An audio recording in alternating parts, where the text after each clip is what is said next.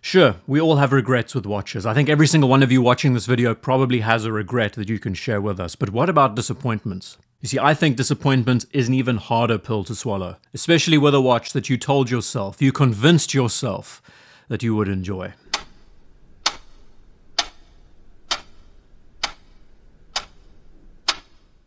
Our experiences with watches has shown us what we like and dislike most, and our dislikes, they can be the smallest of things. I will mention some of my own in this video, but there is nothing quite like the disappointment that comes from when you own a watch that you thought was going to be great, but it just never hit that mark, you know? Something about it, as minuscule as it might be, made you not connect with it the way you wanted to. And what's worse, even more devastating, is if it's a watch that you pined after for years, that you said it was going to be your one and only option, that it was going to be the one that you were aiming for. You finally got it, and well, the honeymoon phase ended and you got nothing out of it. It's heartbreaking. So I thought it would be fun to list a handful of things that we all collectively dislike about watches, particularly after owning them. You know, pet peeves, things that irritate us that ultimately turn us away from the watch that we thought was going to be great. And I would say a video like this comes from experience. Regardless of price, we have all had these disappointments in the past. I think what I've come to learn when preparing this video is that through all of these exercises, we spend so much time justifying to ourselves that there is nothing wrong. We will overlook so many things about these watches, but eventually they do catch up to us. And we inevitably concede that we were wrong and that these issues, they just don't gel with us. And bearing in mind the footage and the images that I'm going to use in this video, they're not going to necessarily correspond with the subject. They're just interesting things to look at while I talk over them. So of the 10 things I've listed, the final 3 I think hit home the most. But let's start with the big one, the price. There is nothing more gut-wrenching, disappointing, however you want to say it, than the price of the watch, and when you think to yourself that you probably paid too much for it. Maybe you bought the watch when it was just released and the price was high, or maybe a more relevant point when you're looking at the current watch market, how a lot of prices are going down, where some of us might have bought the watches at the peak of their popularity, thinking that their prices would hold. Sadly, they didn't. I don't think anyone wants to overpay for something, but unfortunately that is a part of the watch game. And I think too many of us learned this too late as opposed to too early. The next thing we learn to dislike about a watch is a small design flaw.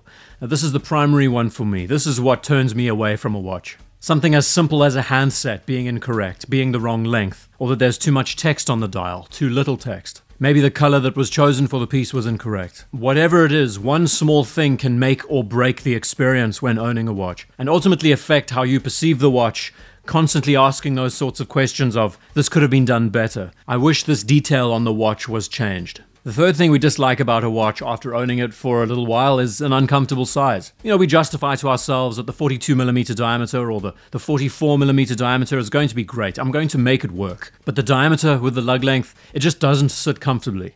You know, you put it on once, you decide to put it down, you don't put it back on again, and you realize that trying to rationalize it wasn't going to make a difference. The watch is just uncomfortable. The size is just too big or too small for you. But we will try to do everything in our power to tell ourselves otherwise. Whether you like it or not, if the size is not correct for you, you will learn soon enough. Bouncing off that, the fourth thing we dislike, case height.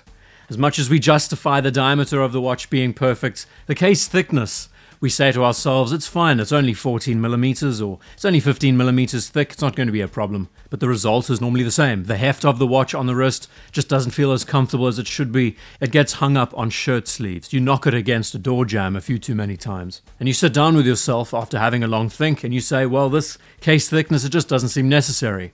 Which in turn leaves you parting with the watch in the end. We've all been there. Now what about number 5? The bracelet doesn't fit correctly. Imagine you get everything right about the watch. The diameter is perfect, the lugs are perfect, the thickness is great, but you find that the bracelet doesn't have a taper, or it doesn't have a micro-adjusting system. And try as you might, you just can't get that millimeter, that micron of adjustment that you need to make it fit comfortably. There is nothing worse. Trying to move the bracelet around as much as you can, trying to get the watch to just sit as neatly as possible, and it doesn't. It refuses to.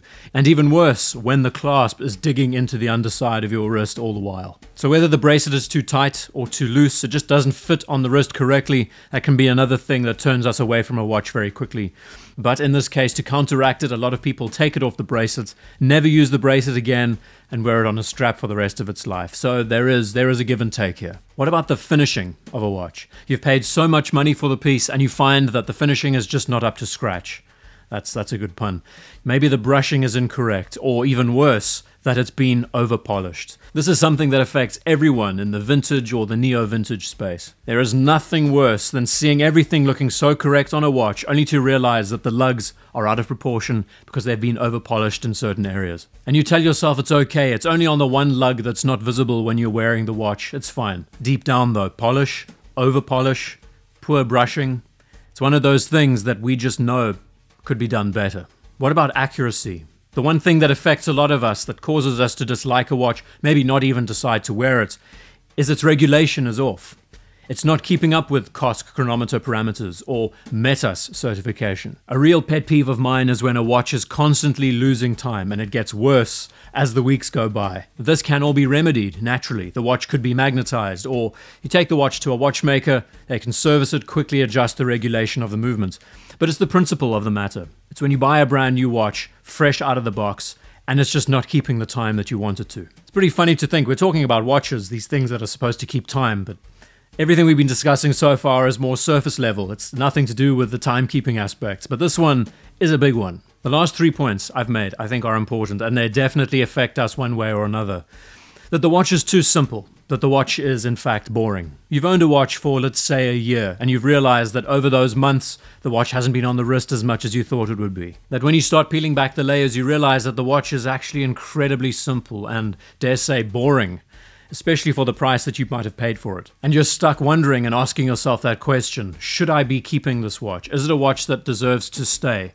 Is this just a slump that I'm experiencing? Will I pick up and find it enjoyable again? Or is it a piece that I should pass on to someone else and experience another watch instead? No matter who you are, no matter how much the watch costs, boredom is going to set in eventually, some way, somehow. And it's up to you to work out how you're going to quell it, whether it's a new strap, whether it's putting it away for a while, picking it up again in a few months. This is something that affects a lot of us, especially new watch fever, is that the hype eventually wears off. And we start looking at the watch very differently. We start wondering whether or not we just bought into the craze, didn't necessarily consider if the watch was going to stay very long. I think all too often we do buy into the hype of a watch, and it does have recurring, prolonged side effects. And once it does wear off, we refer to the earlier point, the watch starts to get boring. You start questioning, why do you have it? So on and so forth. And circling back to the beginning of this video, this feeling of disappointment. We've all experienced this before, but the watch is not as good as expected. And this relates to virtually everything in life. There is nothing quite like building up something so highly in your head to finally get it and to realize after all this time that it's just not as good as it could be. That maybe I over-rationalized too many things in my head. I was so convinced that this watch was going to be the one to do it all, but in the end, it didn't necessarily line up. Now on the flip side, the better experiences are the watches that you buy without putting so much thought into it and being pleasantly surprised.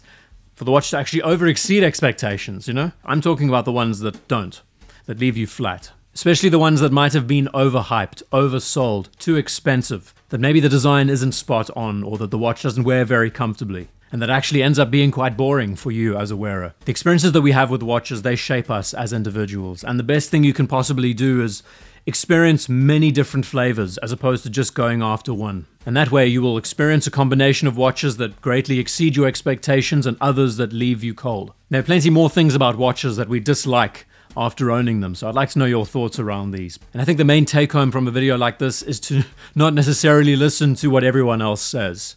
Your experience of the watch, it matters far more than the spec sheet. And maybe not all of the numbers add up, but getting the watch on the wrist and realizing that this watch is above and beyond anything that I expected. Now that is what makes this hobby gold. And thank you for taking the time to watch this video. I look forward to hearing your thoughts about the things that you dislike about watches after owning them. Things like the brand perception and so many others that I missed out. See you in the next one.